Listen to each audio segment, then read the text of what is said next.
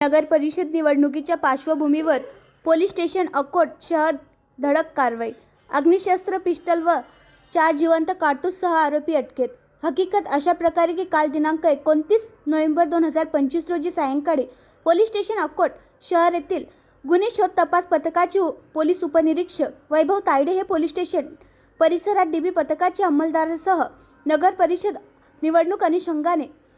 अकोट शहरात पेट्रोलिंग करीत असताना त्यांना गोपनीय माहिती मिळाली की रोहन मुरलीधर अंबोरे राहणार खानापूर वेस्ट अकोट हा खानापूर वेस्ट ते राजेंद्र नगर रोडवर देशी कट्टा अग्निशस्त्र जवळ बाळगून फिरत आहे. अशा खात्रीलायक बातमीवरून तत्काळ पंच व पोलीस स्टाफसह सदर ठिकाणी जाऊन सदर रोडवर संशयास्पद स्थितीत फिरणाऱ्या इसमास पंचासक्षम शितापीने पकडून त्याचे नाव गाव विचारून त्याची अंगझडती घेतली असता त्याचे कमरेजवळ एक देशी कट्टा व 4 जिवंत काडतूस